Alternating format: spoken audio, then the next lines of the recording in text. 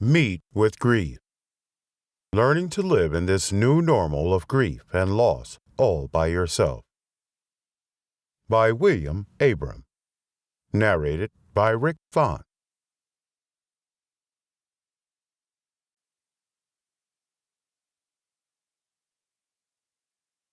Dedication. This book is another addition to the collection of books my wife and I planned before her passing. Likewise, to all those who have lost loved ones along the way, this book is for you. With that being said, I dedicate this book to the love of my life, Jennifer Latrina Abram. Your memory lives on through your children, Tyler, Trevor, Chloe, Lily, and Landon. Your godly legacy influences all of us to live morally acceptable lives before God. Romans chapter 12, verse 1 and 2. Thank you for being a Proverbs 31 type of woman. Not to mention the sweetest woman I have ever known.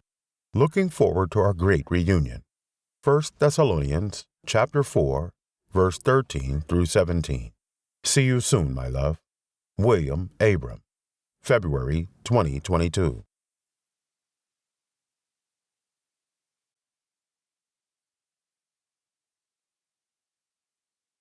Introduction. Grief, loss, death. The words above all have the same kind of emotional impact. They evoke a sense of pain when someone we love dies. We also feel a sense of fear as we wonder what life will be like going forward. If you have lost someone you love or struggled with the impact of death around you, then you will agree that meeting with grief is one of the hardest meetings you'll ever experience. Some just chose to ignore it, a sort of out of sight, out of mind approach.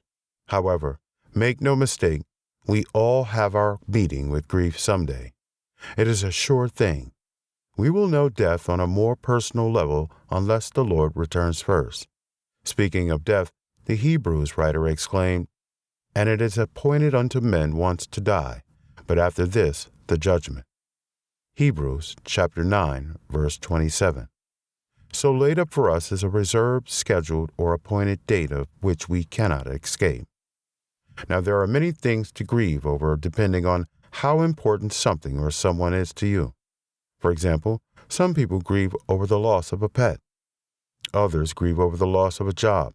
And while all kinds of grief are essential, we are focused on the loss of a loved one.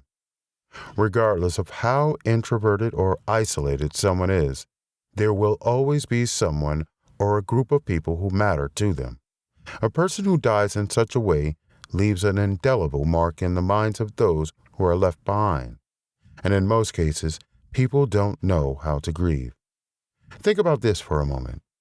We learn how to start businesses, nurture relationships that lead to marriage, and be empathetic towards others. But schools do not teach how to handle grief.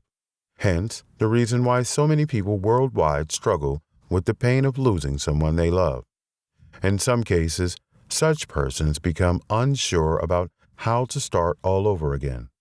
Right after my lovely sweet wife took her last breath, I had immediately begun to live a new normal. This book's objective is to teach you about grief using my experiences and the stories of others who survived despite the pain. While no one likes the idea of preparing for something like that, a lack of preparation can make us vulnerable to emotional instability. Grief can overwhelm a person who is unsure of how to deal with it, making them feel lost while searching for meaning in life. However, don't forget, God still loves you.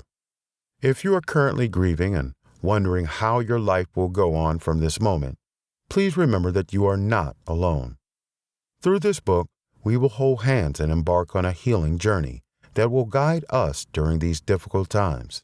This book uses a comprehensive approach to the subject of grief, as we analyze all you can do from the moment you lose your loved one, through the funeral arrangements and the valleys low.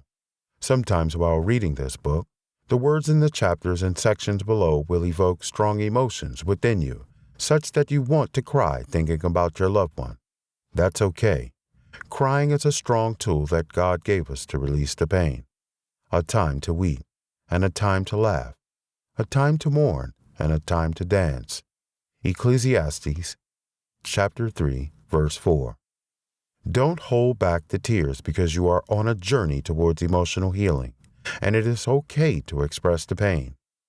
However, after expressing it, remember that you must take action using the steps in this book to achieve emotional healing. We will kickstart the process now with the fundamental first chapter that defines the meaning of grief. I have captured the essence of the message in each chapter with the quote at the start of the chapter. Quotes without names are mine.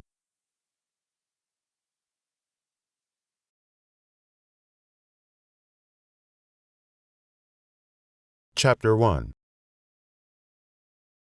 The concept of grief defined. Grieve in your way and on your own time.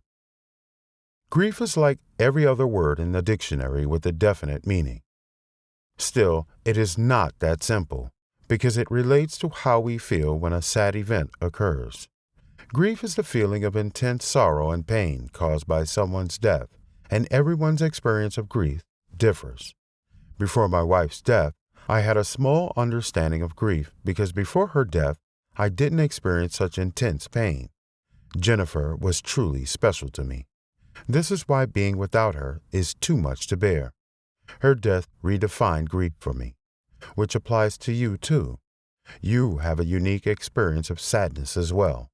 As such, the definition of grief may be generalized as a word, but we all experience it differently from one another. Grief is also associated with the significant loss of someone who has made a substantial impact on our lives and now suddenly is deceased. The world is full of people grieving over the loss of their wives, children, parents, husbands, siblings, celebrities, or even our friends on social media. The dead are those we smiled at in the morning and tucked away at night only to realize they are gone away, never to return. So how can we define grief without taking into account individual experiences? It is not possible, as illustrated by the quote at the start of this chapter. We all grieve differently, and what we feel at such a time defines what grief means to us. Furthermore, the quote should serve as a constant reminder that no one has the right to tell you how to grieve and when to stop grieving. In contrast to generalized experiences in which people's opinions matter, in this area, your emotions are under your complete control. But that control must be one of hope and optimism for the future. Grief is pain. It symbolizes loss and a period of confusion, especially when the dead is someone who had so much to offer the world. Yet when death happens, we shouldn't only ask why. We should try to understand what is going on within us and how we can rise above it. I am still grieving for my Jenny Pooh, but while doing that, I have decided to help others who may be lost entirely, hence the reason for this book. Together we can start to unravel the different layers of grief, which will help us understand our pain. Understanding grief empowers us to take decisive actions that set us free from pain, confusion, and regret. In this foundational chapter, we will examine the moment death shows up as well as what we do in these difficult moments.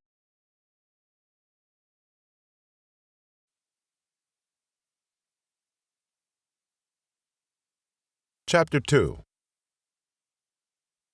The moment it happened. When death showed up. It is difficult to accept death in this society because it is unfamiliar. Elizabeth Kubler-Ross. If you have lost someone, you will remember the moment it happened, the moment you received the information. This alone shocks you into a state of mind that alters your entire outlook on life, and thus you have encountered death. When death showed up in my family, it took my wife, and I felt helpless for the longest time because I couldn't protect her. It made me feel as if I had failed as a husband. I even remember telling her I would fly her to Africa if it could save her life. To which she replied, "Oh, I know, babe," smiling with a smirk. In other cases, the moment death occurs, some people regret the words they say, and the words they never said. My only regret is that Lily and Landon will never get to experience their mother as I did. Since everyone experiences death differently, there is no set way to respond. Some people can throw themselves on the floor, wailing and expressing themselves through tears. Some people maintain a worrisome silence as they attempt to process the information. Death is a common phenomenon in our society, but as the quote aptly says, it is still unfamiliar. The unfamiliarity of death is because we never prepare to lose the ones we love when we fall in love with them. It's impossible to simply let go at that moment. When we plan around them, raise our children, form friendships, and create memories together. What would you have done if you knew the moment of death was approaching before it happened? What would you have said to this person? If you wish you had more time to say and do things, it is not too late to recreate that moment. Write down those words you would have said and what you would have done if your loved one was still here. As for me, I enjoy finishing things we agreed upon as a couple, such as writing a book or finishing projects around the house. Not to mention, Jen kept very detailed notes. She identified my portion of the notes as her honey-do list. As a result, I have a list of things that I can accomplish in her honor. I realized that by doing these things and saying those words, the moment of death was less painful for me. That moment was excruciating because you thought you had been deprived of one last opportunity to express yourself. Now that you have redefined that moment, what would you say to your loved one? It doesn't have to be a one-off statement. You can say something every day, and you can do something that helps you feel closer to them again. These are necessary steps that also honor their memory. Instead of feeling regretful, you will feel a sense of peace within you, knowing that death didn't rob you of the opportunity to say and do kind things for the one you love. What about experiencing grief at a young age? Is it possible to let go of the pain from the past? The next section has answers.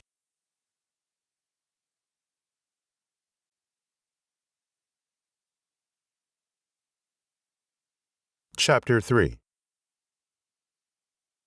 Grief at a young age. Death is a challenge. It tells us not to waste time. Leo Boscaglia. Young people are especially traumatized by grief, and they often develop a deep wound that will take years to heal, or they may never fully recover. Children are mostly raised in an environment of naivety because they are shielded from many realities, which may even make the young feel invincible. As such, some of them may not know how to manage the barrage of emotions they feel when they lose someone to the cold hands of death. For example, after a school shooting, if there are casualties, those who survive will struggle to achieve normalcy again because they've lost friends. If at a young age a person loses his or her parents to death, that person will always feel some level of pain from childhood to adulthood. When discussing grief at a younger age, there is always the need to become extremely sensitive. Unlike pain at an older age, the ones that happen at a younger age have more devastating consequences. Losing a loved one at the young age means the one grieving will have lots of questions, yet no one can give a satisfying answer. Not to mention, the child is now traumatized from this life-altering experience. Did you lose someone when you were younger? Have you gotten over the experience? Do you still have questions? Is your heart at peace now? Do you think about the dead with a kind smile or with so much pain in your heart? There are no standard answers to the questions, as sometimes grief questions are not meant to be answered. I want you to know that whatever grief may remain in your heart as a residue from the past can heal. To move forward from the pain at a young age, you have to be at peace with it. Remember that you were young, and no matter how you tried to think that you could have averted it, you couldn't. No one can. I consistently think about how I could have prevented my wife's death, so my children do not have to experience grief at a young age. However, I cannot do that.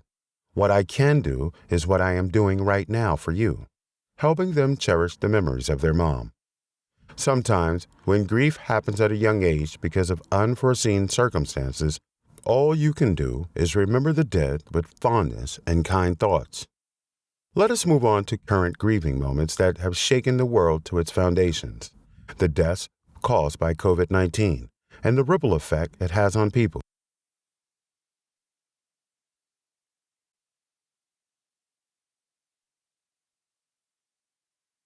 Chapter 4.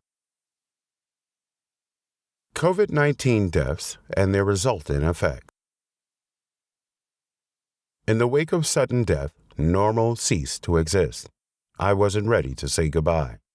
Anonymous.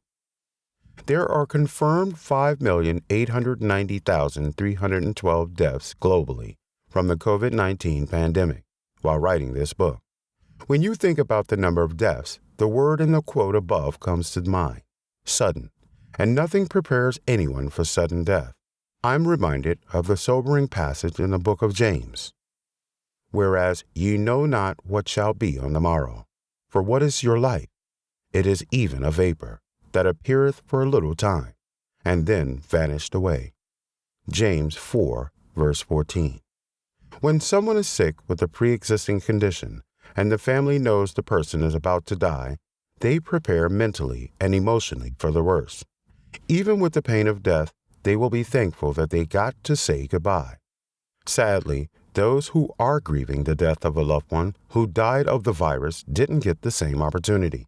The sudden, fast death remains one of the most emotionally destabilizing experiences for anyone who lost a loved one at this time. Not to mention graveside funerals are a frequent and normal thing now.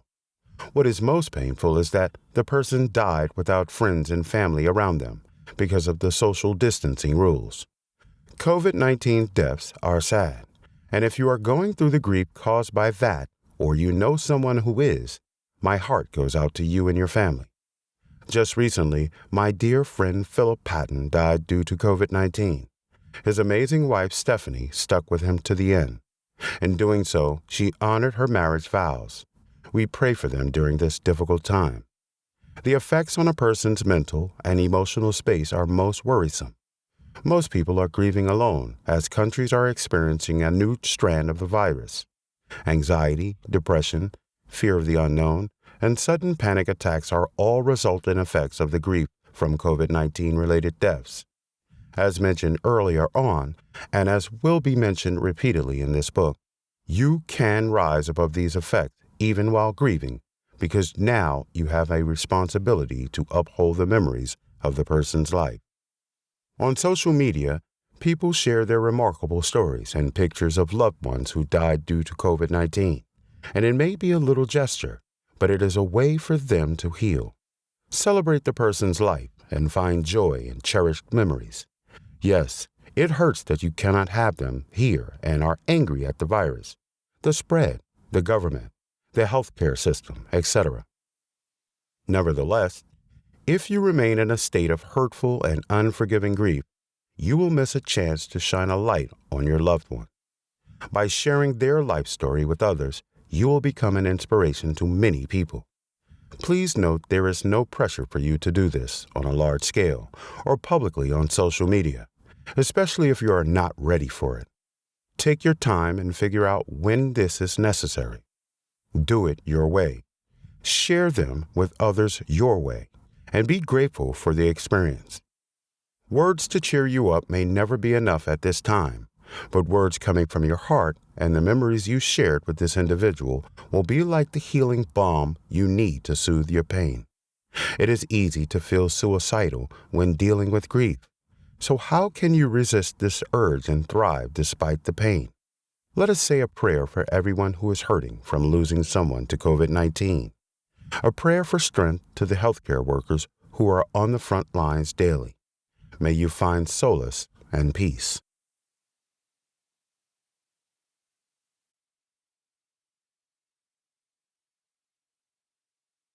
Chapter 5. Are you feeling suicidal?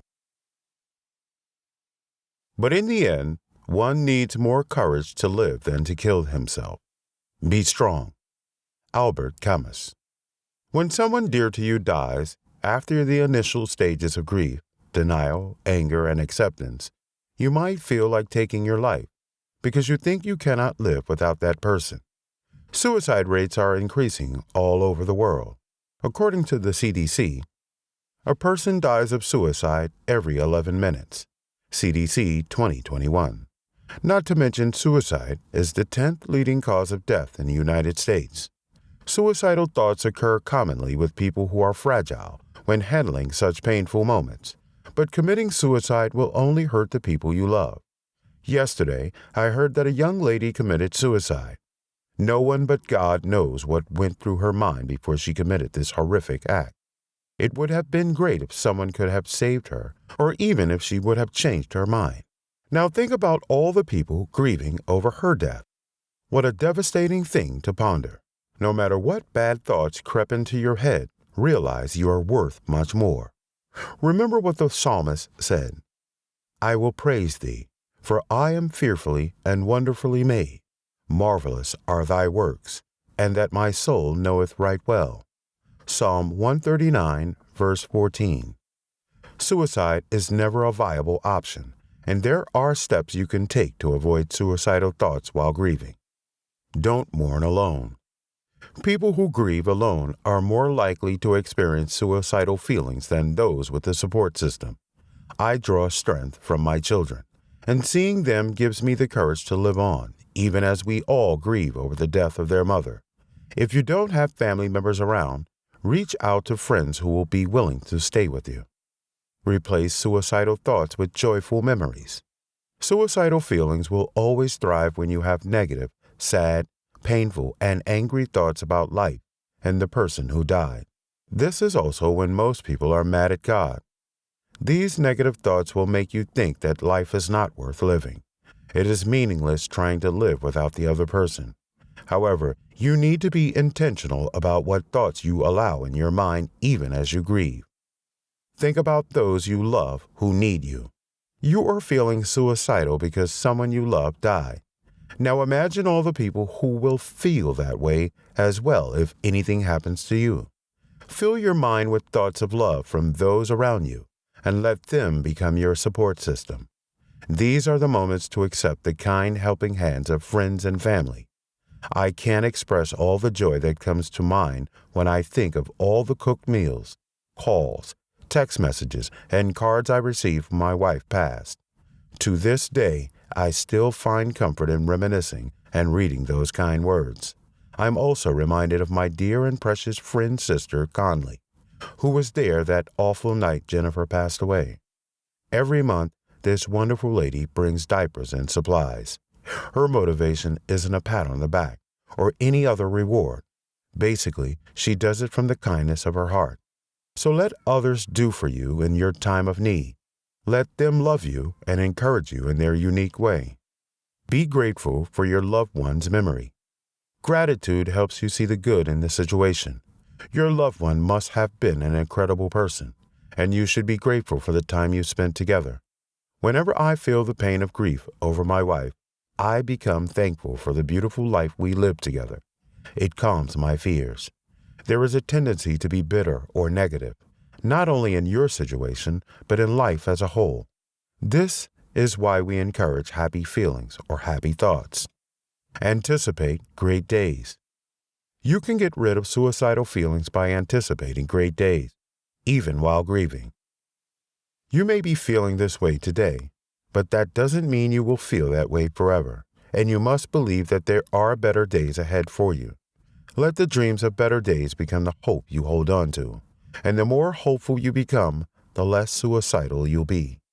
Consider your precious body as a temple that should not be defiled. Or do you not know that your body is the temple of the Holy Spirit who is in you, whom you have from God, and who are not your own? For you were bought at a price. Therefore, glorify God in your body and in your spirit, which are God's. 1 Corinthians chapter 6, verse 19 and 20. Most of the time, the suicidal feelings and thoughts gradually creep into the person's subconscious mind until it takes over their entire mind. As such, it is crucial that you nip it in the bud from the start. If the situation deteriorates and all you can think about is being suicidal, then seek professional help. My recommendation is to work with a counselor who is trained in both mental health and biblical studies. This way, your physical and spiritual needs are met. Do not forget that the person you grieve for wants you alive, and your life matters. What do you do when the pain of grief becomes unbearable? How can you manage a harrowing situation? Flip over to the next chapter for answers.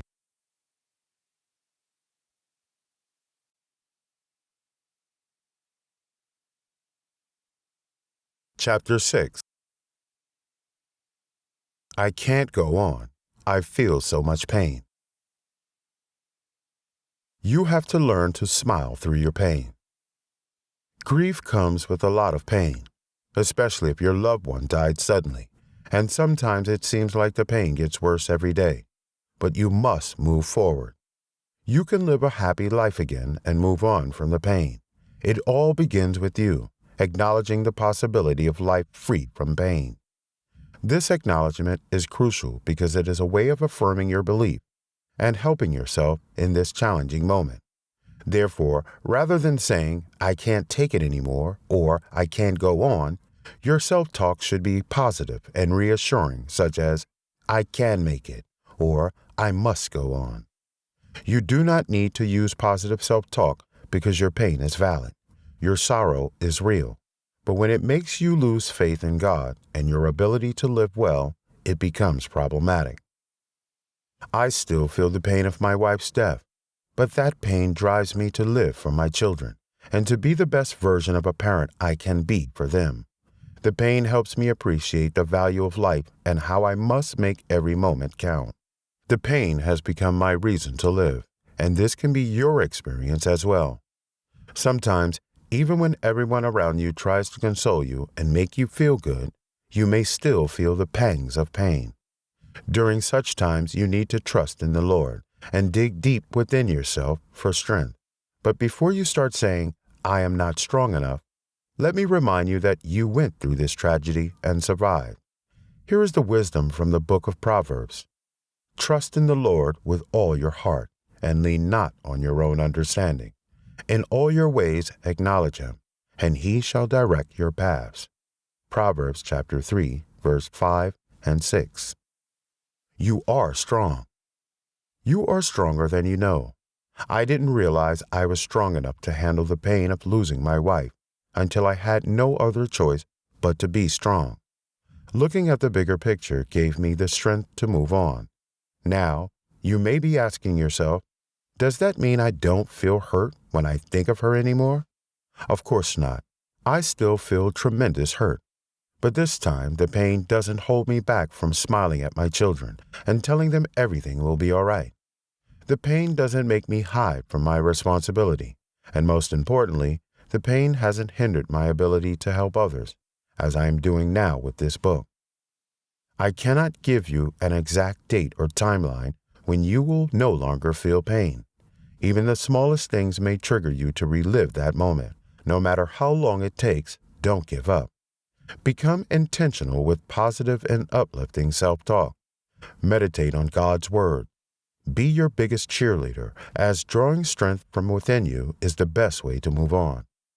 The Apostle Paul said it best, I can do all things through Christ who strengthens me. Philippians chapter 4, verse 13. While grieving, depending on the extent of your responsibility for them, you will handle the funeral proceedings. In chapter 7, you will learn all about funeral expenses and how to get them right.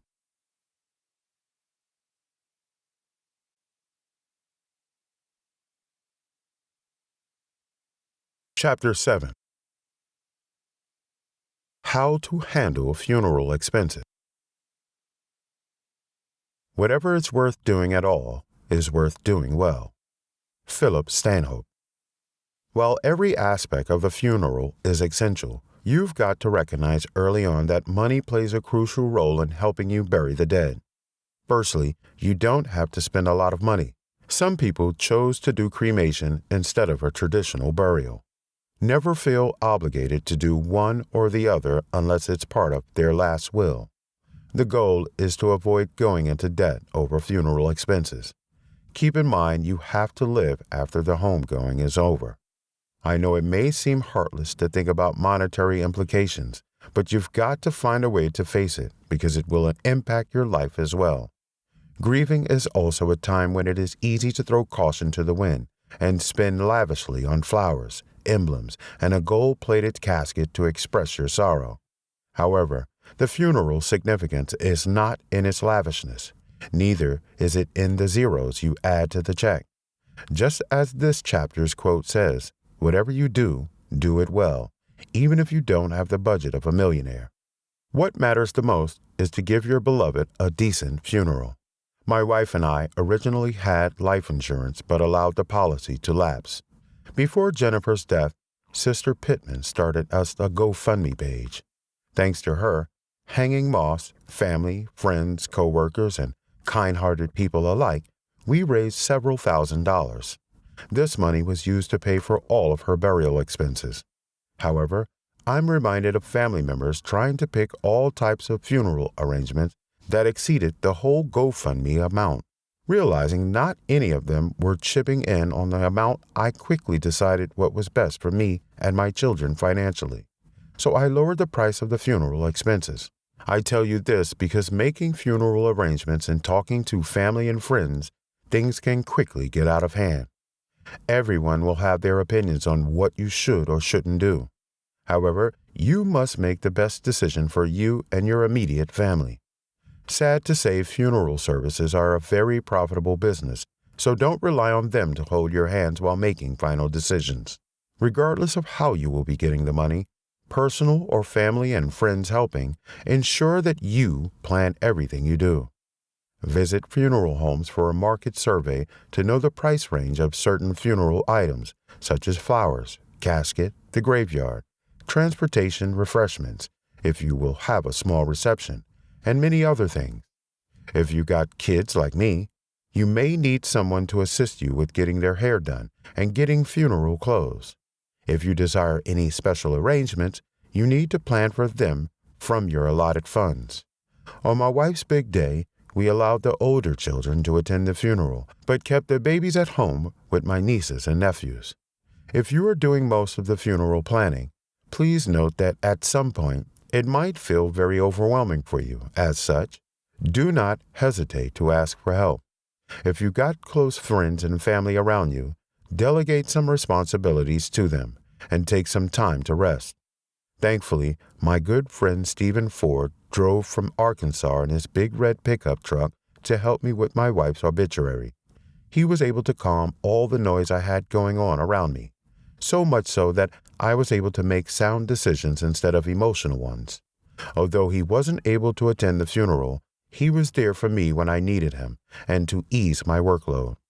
Also, ensure that you make all funeral payments on time to avoid any delays or disruptions on a funeral day because of incomplete payment. Use only trusted funeral vendors. Get referrals from people who have also buried someone else. Your funeral expenses should not give you sleepless nights. And if you find that you are starting to worry about money because the list of things to do keeps getting longer and longer, then it is time to cut off some items. Everything you do regarding funeral expenses should be excellently executed, but without apprehension, panic, and fear of financial capacity.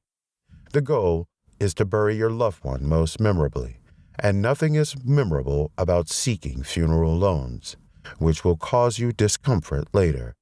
The average cost of an American funeral range from $7,000 to $10,000. Some of the things to remember include budgeting, quality control, referrals, and market surveys, as these are the best ways of managing funeral expenses. It is also important to be transparent with those who are trying to help you. This way, if you start a GoFundMe page, people will know exactly what you plan to do with their money. As a result, they will be more inclined to support your cause. After the funeral, what's next? What steps should a person take next after burying his or her loved one?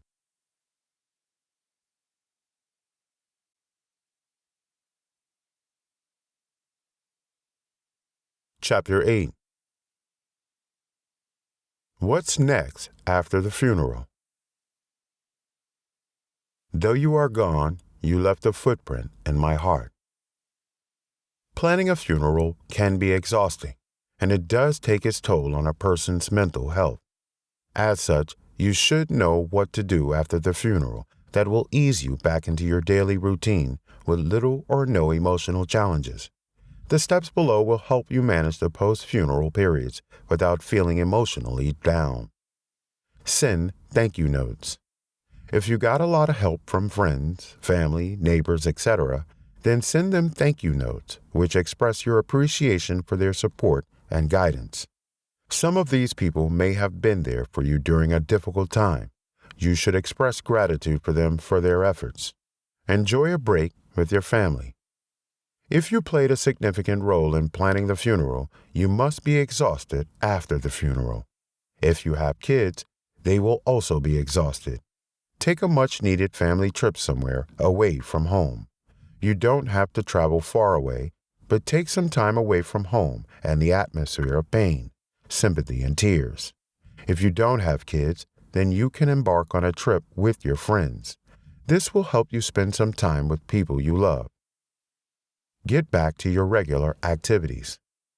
After the much-needed break with your family or friends, please try to get back to your life and daily routines. Get back to work. Take up new fitness hobbies, as this will take your mind off a lot of painful thoughts, and do the things you love.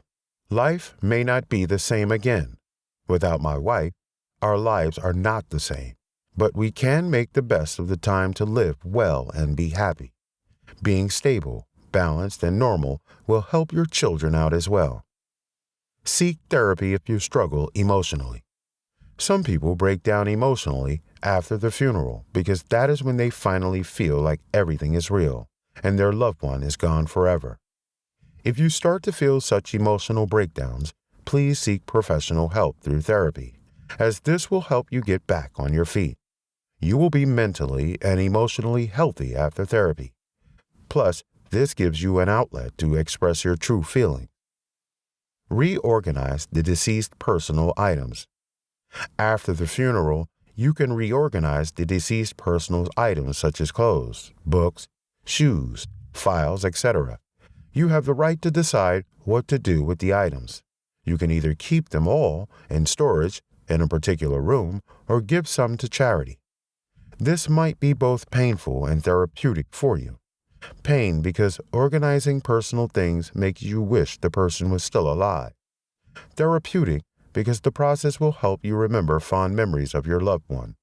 As for me, I still kept everything as Jennifer left it because to me it feels like home. Post-funeral experiences are different for everyone.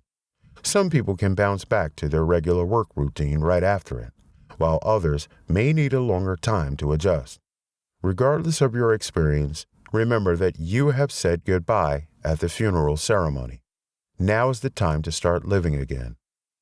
After the funeral, you will observe a lot of changes in your life, and some of these changes will be self-transformative.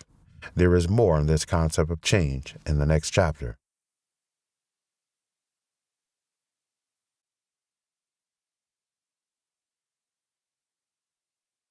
Chapter 9. Death changes you. Be prepared for the transformation. Grief is like the ocean. It comes in waves. Vicky Harrison. Indeed, grief comes in waves, and the waves only stop when you take control of how you feel.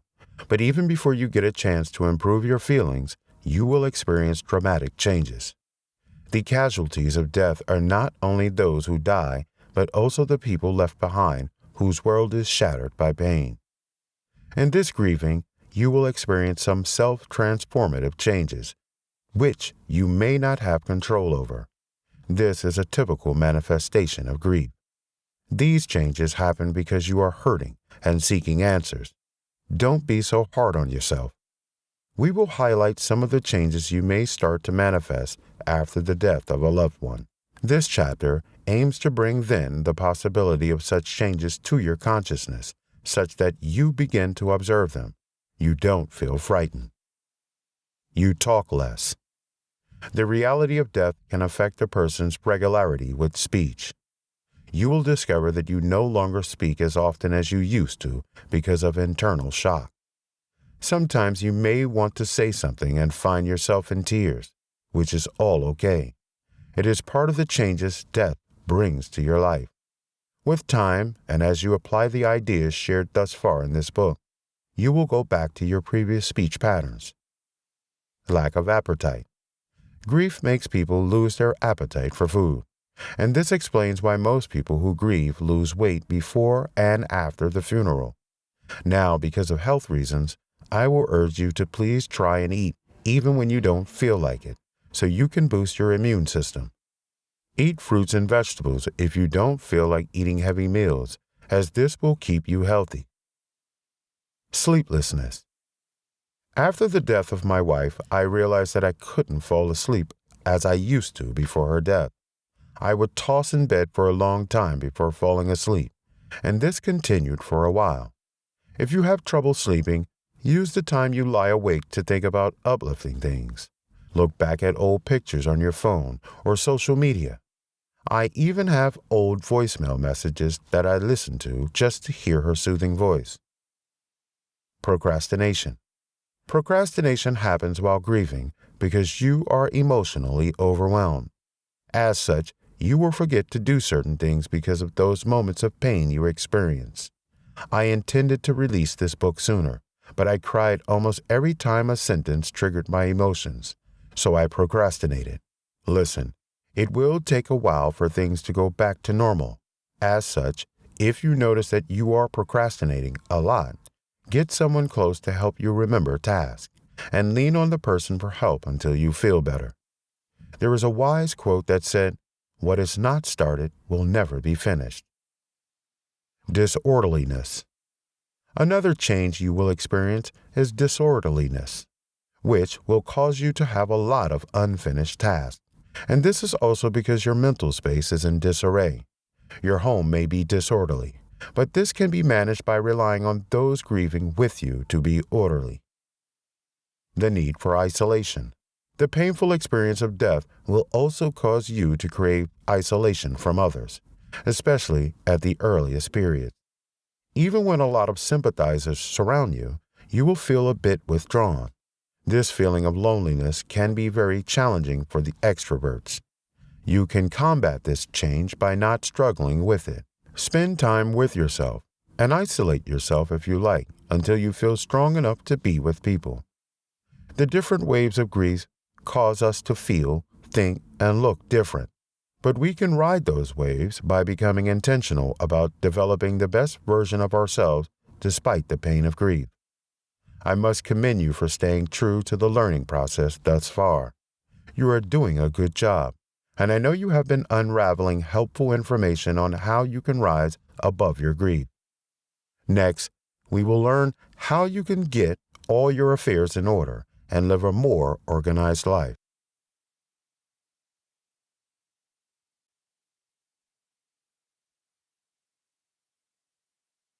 Chapter 10. Get all your affairs in order. Start picking up the pieces of your life one at a time, and you will slowly get your life back in order. Sonia Parker. When someone you love dies, you feel a sense of intense loss that makes you disregard everything else about your life as you grieve for your beloved. Your job, family, kids, hobbies, friendship, businesses, and everything else about your life may be in disarray.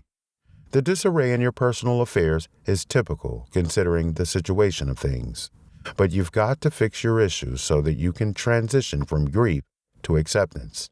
Even if you change everything about your routine and life generally, it will not bring back the dead. More so, the more disorganized your life is, the more difficult it will be for you to get over the pain, as the disorientation will be a constant reminder that you are in pain. However, there is no pressure for you to get everything right on track immediately. You can start the reorganization process by taking baby steps one at a time until you achieve your goal. Start by making your bed. Have a healthy breakfast, even if you don't have an appetite, and take life one moment at a time. Gradually, you will start to watch your life fall back into the right pattern, even as you continue to grieve in a more emotionally balanced way. It would help if you didn't allow your life to fall to pieces entirely, as it will be even harder for you to get back to your routine. Yes, you are in pain, but life must go on. And for you to live on joyfully, you've got to ensure that all aspects of your life are stable. For example, if you've got young kids, they will require your attention in certain areas of their lives, as they may not understand what's going on. Even older children can be affected by the unforeseen hurt of their parents. If your life is in chaos, they cannot lean on you, which will compound your pain. Another great way of getting your life in order is to ensure you have a will. We will discuss all this subject matter in the next chapter.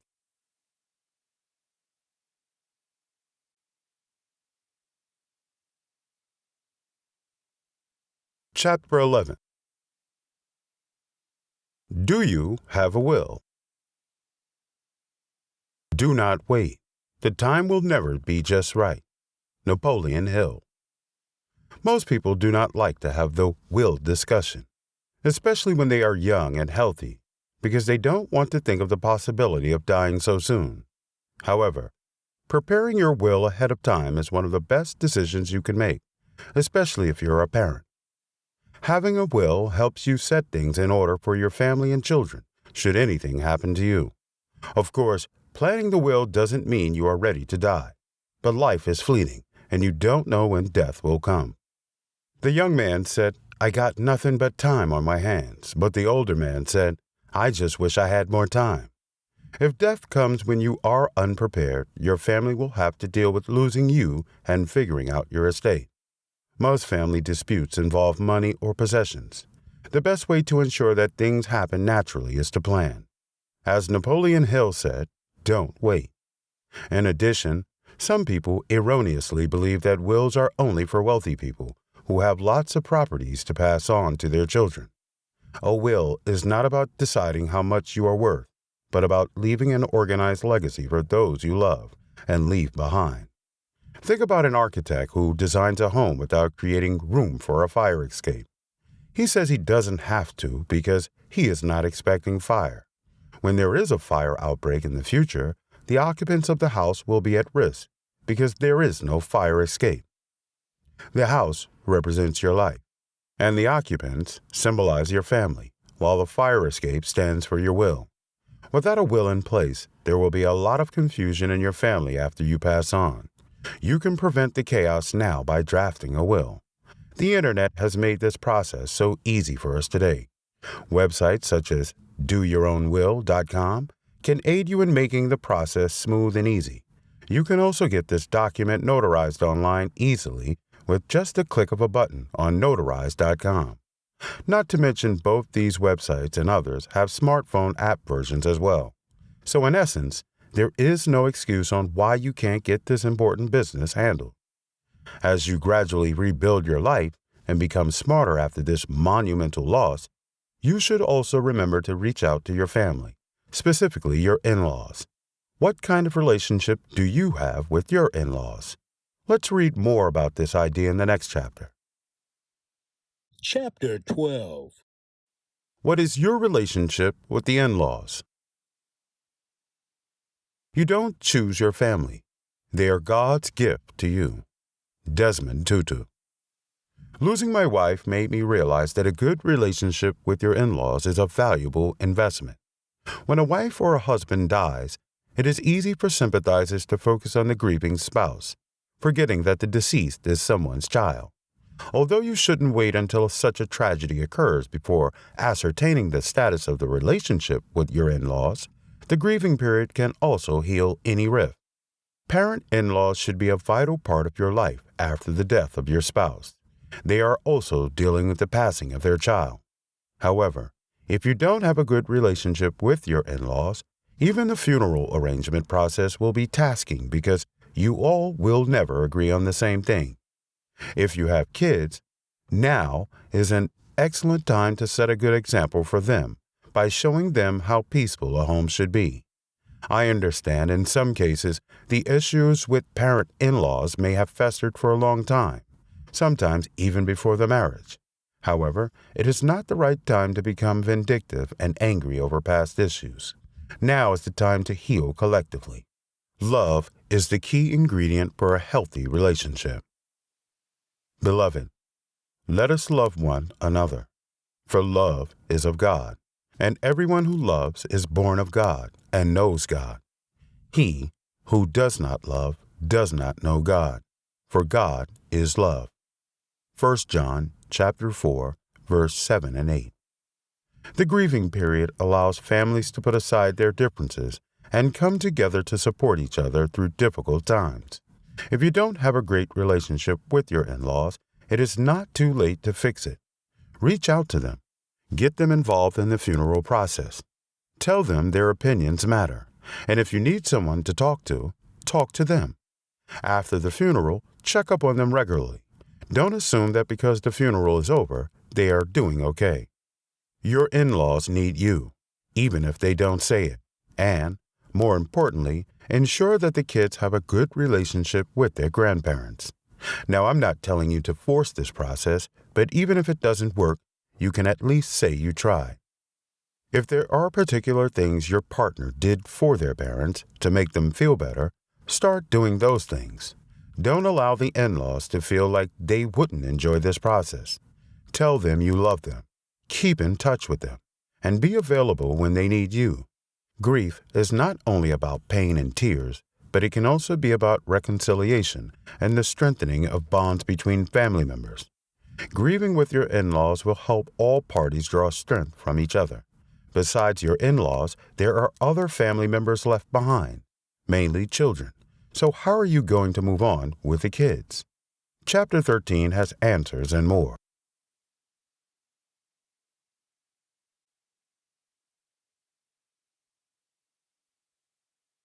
Chapter 13. Families left behind, finding the strength to move forward.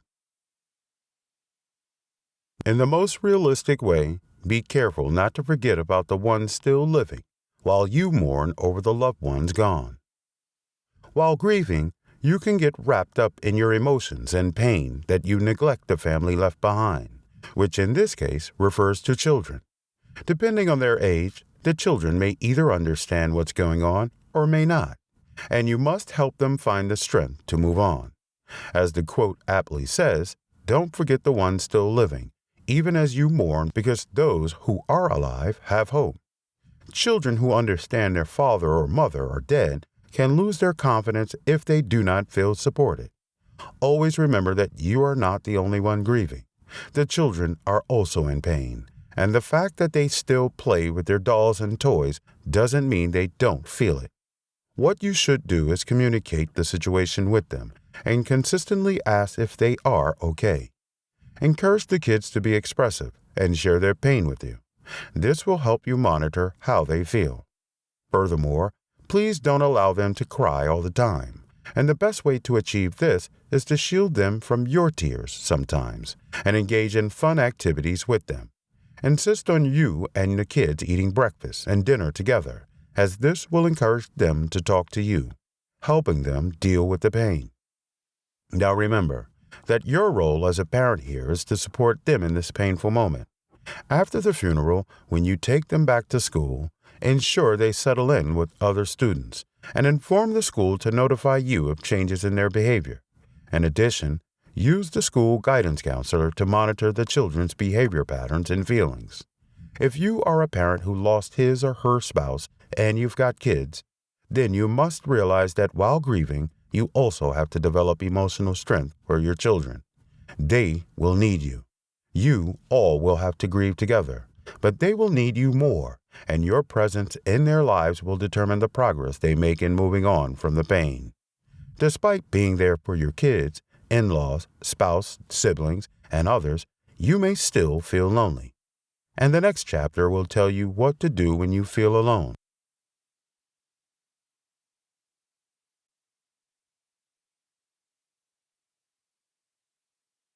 Chapter 14. I feel so alone. What can I do? A season of loneliness and isolation if when the caterpillar gets its wings. Mandy Hill. We mentioned loneliness as one of the changes you will experience while grieving. This chapter will shed light on the idea because it is a collective experience with most people who grieve. Loneliness happens while grieving when you are extremely attached to the deceased in a way that your life revolves around them. For me, my wife was the center of my life, and I didn't know I could feel such depth of loneliness in my life even when surrounded by many people. I used to discuss everything with my wife. Knowing she has transitioned from this life to the next makes me feel a profound sense of loneliness. Although I know she has gone to be with the Lord, I still feel her absence even though she is in a better place. Despite loneliness being a typical grief experience, we have to seek ways to minimize how it affects us and our quest for a better emotional experience after grieving. Reach out to friends and family. When dealing with loneliness while grieving, you may feel like staying away from people entirely, even members of your family who are worried about you. If you stay away from them, your situation will worsen. You must reach out to friends and family at this time. Listening to their stories about your loved one who passed away will be soothing to your heart, and grieving together with them will help you feel less alone. Spend time with your kids. If you feel alone, now is an excellent time to develop a closer bond with your kids because they may be feeling alone. Thankfully, my lovely parents, Willie and Doris, have been so gracious to help me with my children. So this is a major benefit to the stability of Lily and Landon. If you used to be extremely busy before the tragedy occurred, use this period to get closer to your kids. Share your feelings with them so they know they are not alone, and keep the communication lines between you and them open by encouraging them to tell you how they feel. Volunteer. This is also an excellent time to volunteer with the church, charities, and organizations that help others in need. Volunteering is a unique way to give your time and service to other people, such that your pain no longer becomes the center of your life. You will feel less alone when you spend time with people and such volunteering events and places. Don't pretend to be okay. When you feel alone, don't pretend to be okay because you don't want someone else to know what you experience. How else are you going to get help if you don't share how you feel with others? Be open with your fears and allow others to help you. One late night I contacted Brother Keith Mosher, and he immediately asked how I was doing and let me know he has been waiting to hear from me. With tears in my eyes, I asked him what caused him to hold grief seminars. While he was talking, I was hanging on to every word. Just hearing about his heartfelt story helped me massively. He even was kind enough to send me some material on grief and death as a whole. This information is where the basis of the Meet with Grief book materialized. In doing so, I now realize it is okay with not being okay. This doesn't make us weak. It just makes us human. Learn something new with others. Another way of avoiding the pitfall of loneliness while grieving is to learn something new with a group of people. If you got family, friends, or friendly neighbors willing to have some fun, why not organize a fun activity that will bring you all together? Cooking contests, fitness challenges, a book club, etc. There are numerous things you can do. I took up a hobby of painting and all types of graphic design art. Being creative and expressing myself makes me feel good inside. Help someone else who is hurting. Sometimes to help yourself out of a painful situation, you need to reach out and help someone else. I am still trying to heal from my wife's death, but sharing my experiences with you through this book and helping someone else find peace has been rewarding. I no longer feel alone. When you start resisting the feeling of loneliness using the steps in this chapter, you will begin to heal from the inside. This healing process takes time to achieve, but it is possible. With your commitment, dedication to the idea, you can heal from grief faster than you expect. One thing I have found true is that hurting people can still help people. No one is more qualified to comfort someone else than you. Blessed be the God and Father of our Lord Jesus Christ, the Father of mercies and God of all comfort, who comforts us in all our tribulation. that we may be able to comfort those who are in any trouble, with the comfort with which we ourselves are comforted by God. 2 Corinthians chapter 1, verses 3 and 4.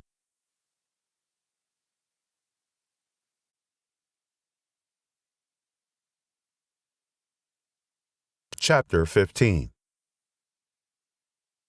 Healing from Grief. Even the darkest night will end, and the sun will rise. Victor Hugo. The concept of healing from grief is relative, as it is an idea that happens to people at different stages of their pain. While some people heal faster than others may require more time, which is all okay. No one should put you under pressure to improve quickly, because it's been a long time since your loved one died. Some people lost a loved one 20 years ago and still trying to heal from the painful experience. Some people may have lost a loved one just a year ago and their lives are back to normal. A butterfly may give birth to eggs in one place, but not all of them hatch at the same time. The fact that some take longer than others doesn't mean they wouldn't become butterflies someday. Healing takes time, but if you are intentional about it, you can start healing from the inside. In those darkest moments while you grieve, you can find reasons to smile, laugh, and be grateful for life. Healing doesn't mean you completely forget about what happened. It also doesn't mean you should live in denial over the tragic events. Healing from grief means, I know I'm hurting, but I have to let go of the pain so I can live a better life so that I can be happy. Healing means being honest with how you feel and knowing how to let go of toxicity for positivity. Healing is a process with no deadline or the pressure to make it happen as quickly as possible. What matters the most with the healing process is your willingness to let go of the pain.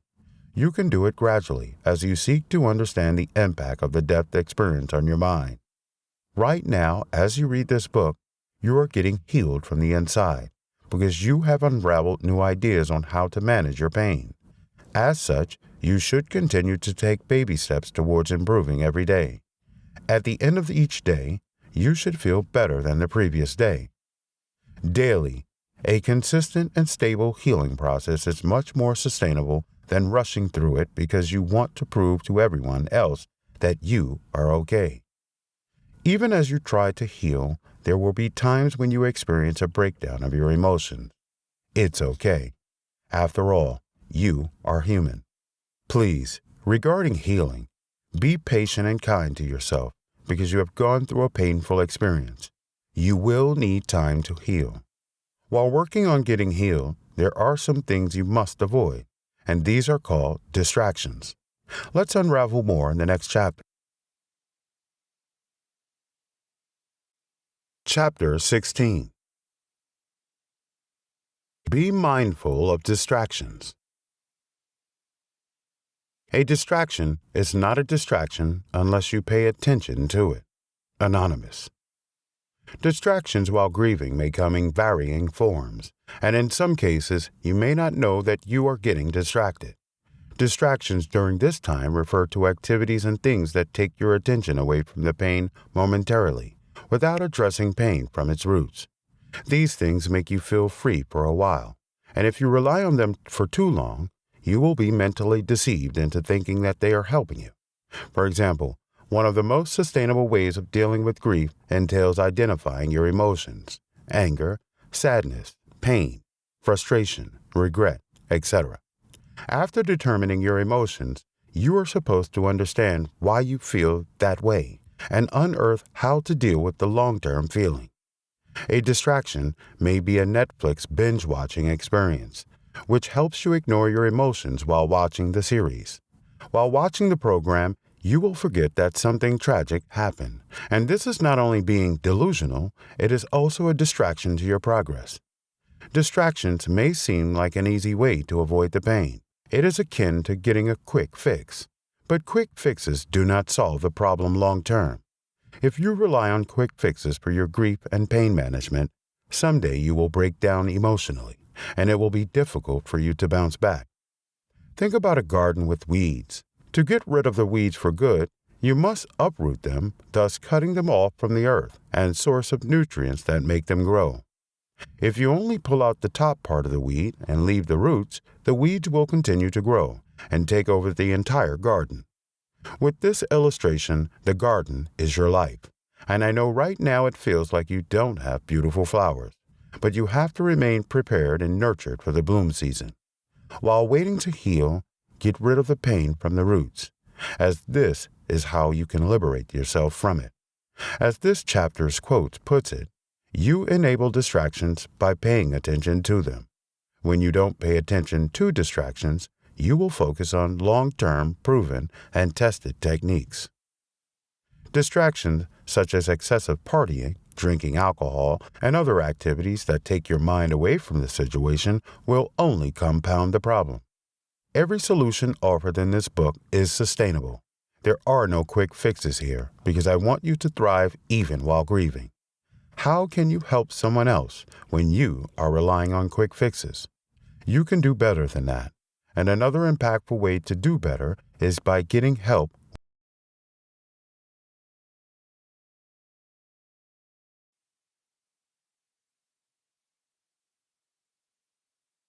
Chapter 17. Helpful Grief Resources. Don't tell someone to get over it. Help them get through it. You say, Fitzmaurice.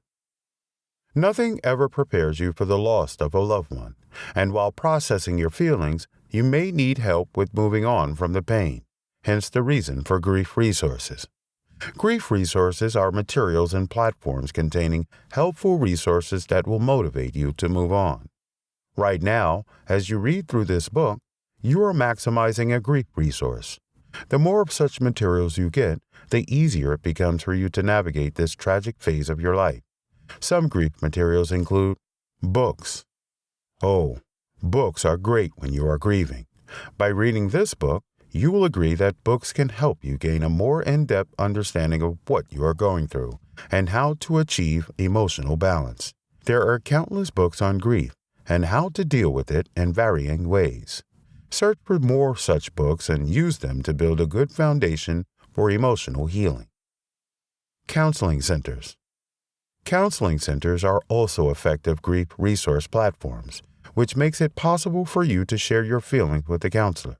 You can either get a private therapist or work with the government-owned counseling centers. In some cases, you don't pay for such services. Companies like FedEx even offer free sessions for their employees.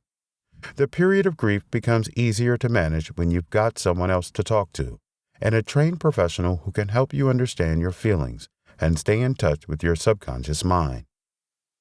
Call centers. There are designated call centers and toll-free lines you can call in some countries if you are dealing with grief. These call centers are operated by trained therapists who can help you whenever you feel emotionally overwhelmed. Find out the peculiar call centers in your state or region and maximize the opportunity to get help. Seeking financial help.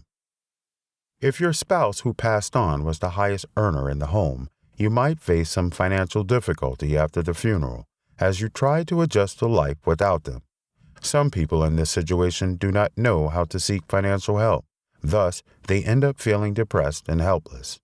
However, reaching out to friends, family, and seeking ways to restore financial balance to your home is also a way of dealing with your grief. Such situations compel you to face the reality of your case, such that instead of always thinking of what could have been, which causes more pain, you will think about what you can do right now to make everything better for you and your kids. Religious communities. If you are a Christian, then you have access to a community of people who can strengthen you during this time. Your places of worship and communities of Bible believers are some of the most responsible groups of people who will hold your hand and help you through the emotional turmoil you may be going through. Be steadfast in your faith, and maintaining a connection with your brothers and sisters is one of the best ways of achieving this idea. A person who grieves alone may never understand how possible it is for him or her to bounce back from the pain, because grieving alone means you are not drawing strength from anyone else. However, When you rely on such grief materials and platforms, when you interact with others willing to give you a helping hand, you will walk a more natural healing path. Always remember that you are not alone. This is so important. All you have is the memories of this person you love so much. What can you do with such memories? How can the memories help you at this time? The next chapter provides more insight into the concept of holding on to memories.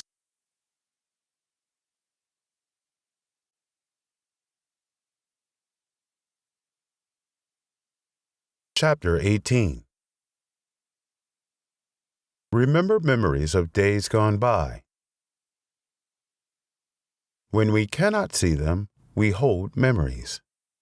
The memories you have of your loved one are all you've got now, even as you grieve, and you've got to hold on to these memories. At first, it may feel like the memories are painful reminders of your loved one. As such, you want to stop thinking about such memories. However, over time you will realize that those memories are like a bridge that keeps you connected to this person you love. Don't forget the good days when you both laughed, had fun, and did things you both loved to do. Don't allow the memories to become a distant dream such that you no longer remember those good days. Your memories can save you as you grieve. Now that my wife is gone, I hold on to the cherished moments we had, and whenever I think about those times, I smile and become thankful for the opportunity I had to enjoy life's experiences with her. One of my fondest memories was the night before she passed. Jen asked, "Baby, can you help me?" I replied, "Sure, babe, I can help you." Only to find out when I approached the hospital bed, all she wanted to do was cuddle and be held. If I may say so myself, this was classic Jennifer. She didn't need a reason to love you. She loved you just because. Whenever people ask if I wish I had more time with her, of course, I answer yes. However, I feel no regret because up until the moment she passed, I said everything that I could say and did everything I could do with her. The night she passed away, I set a chair beside her and loved her and talked to her until she passed away. It was as if I talked her into the next life, only for us to continue our conversation when we meet again. Regardless of how brief the time was and irrespective of the circumstances that led to the death of your loved one, hold on to the memories you have. If you have younger kids who didn't get to know their parents, your spouse, well enough before death, you can share your memories with them. One of my favorite things to do with Lily and Landon is to look at old photos and videos of their mother with them. Their faces light up immediately, and they always say, "Mama?" Oh, I can't express to you in writing how much that touches my heart. It's good for them and me. Let the kids know the kind of person they were through your stories. The funny memories will make them laugh. The painful ones will make them cry. And the ones filled with life lessons will teach them about life. Let the kids have the freedom to react to your memories the way they want and encourage them to share theirs. Holding on to your memories is one of the best ways to honor your loved ones and keep them close to your heart. As you get over the pain of your loss, you will discover a profound sense of gratitude for the privilege of living with such a remarkable person. When I say Jennifer just made me better, I mean it in every sense of the word. Her love will forever remain unmatched in my book. I am thankful for my wife's life every day and glad that we both chose each other. Yes, she has gone to her reward, but the memories of our time together will never be forgotten. Not to mention, she left this world better than the way she found it. I hope you can say the same thing about your deceased loved one. Memories are priceless, and until we meet the dead again, let our hearts and minds be filled with the memories of their laughter, spirit, and personality. We are going to round up this experience with the last and most important chapter on connecting with God during grief. Many things can get better with God, and Chapter 19 has all the details.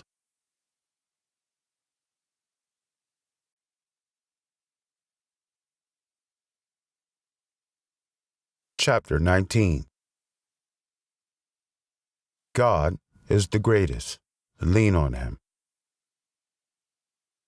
You know, almost every day I try to think of a way to honor my wife. Then I realized my wife was special, but not complicated.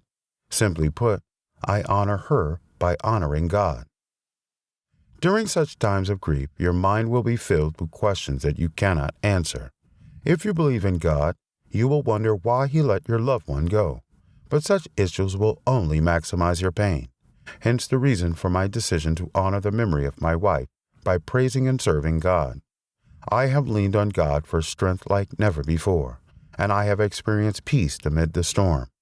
God is not going to leave you to grieve alone, but you've got to reach out to Him first through faith, knowing that He has empowered you to handle this situation. A lot of things will be confusing to you at this point, and without the kind of spiritual guidance God offers, you will feel an emptiness within your heart. When the days feel dark and the nights become tearful, say a prayer to God for strength and know that He hears you. Still, bow your knees in prayer when it is hard to pray and you don't know what to pray. Likewise, the Spirit also helps in our weakness, for we do not know what we should pray for as we ought.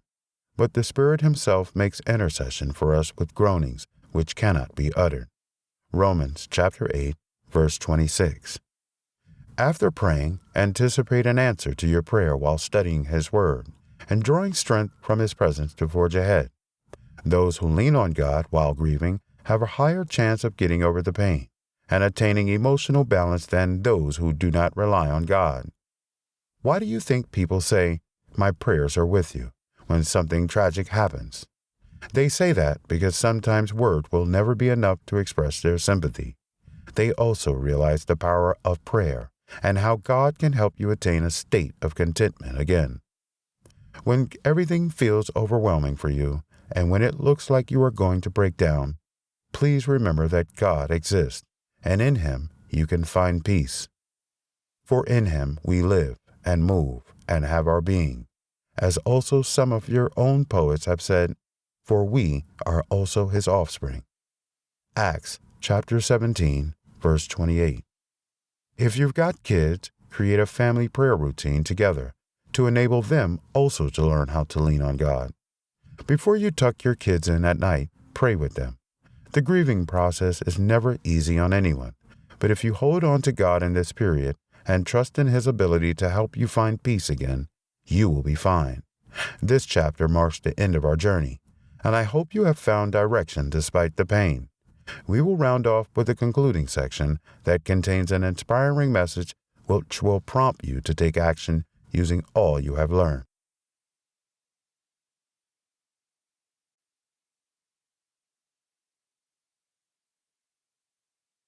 Conclusion.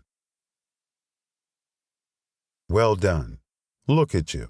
You probably started reading this book with mixed feelings, wondering if you can continue and how you can manage the emotional uproar you will experience. Despite these initial thoughts, you took on this journey of emotional healing, and here you are ready to live wholesomely again, because you understand the concept of grief a little better. You even understand my personal story better, which brings us closer together. Grief hurts, and it poses a lot of questions in our minds as we try to navigate life after losing the one we love. In any case, we shouldn't allow our pain to become the new normal for us, or determine how we experience life going forward. While it is okay to acknowledge the pain, it is not okay to feed on it until it replaces everything meaningful in your life. When I lost my wife, who was so dear to me, I thought my entire world had crumbled and that I would never get it back again. All of me and who I was before the loss became a distant memory for a while. But when I remembered how much my wife would love for me to move on, I picked up the pieces, and I have never looked back. As we round off this experience, I urge you to use all you have learned about grief to improve your life as you find the strength to move on. At first, it may seem like you haven't grieved enough, or that you are walking away too quickly, but that feeling will only hold you back if you consider it. You've got to become happy again, live fully, and enjoy life while honoring your loved one's memory. Moving on doesn't mean you won't remember them. It doesn't mean you will instantly have your old routines back. You will still feel the person's presence all around you, and you will have those subtle moments of triggers, pains, and tears. Again, it is okay to cry and to have those moments, Remember that you have the liberty to grieve in your way and at your own time. You should also move forward, honor your loved one, and strive to live a better life without them physically present. I want to thank you for being brave enough to embark on this journey with me, and for not letting go of my hand, even as I held on to yours. Thank you for being vulnerable to this book and being open enough to experience emotional healing. I commend your commitment. And as we bring the journey to a close, remember that my thoughts and prayers are always with you. Best wishes.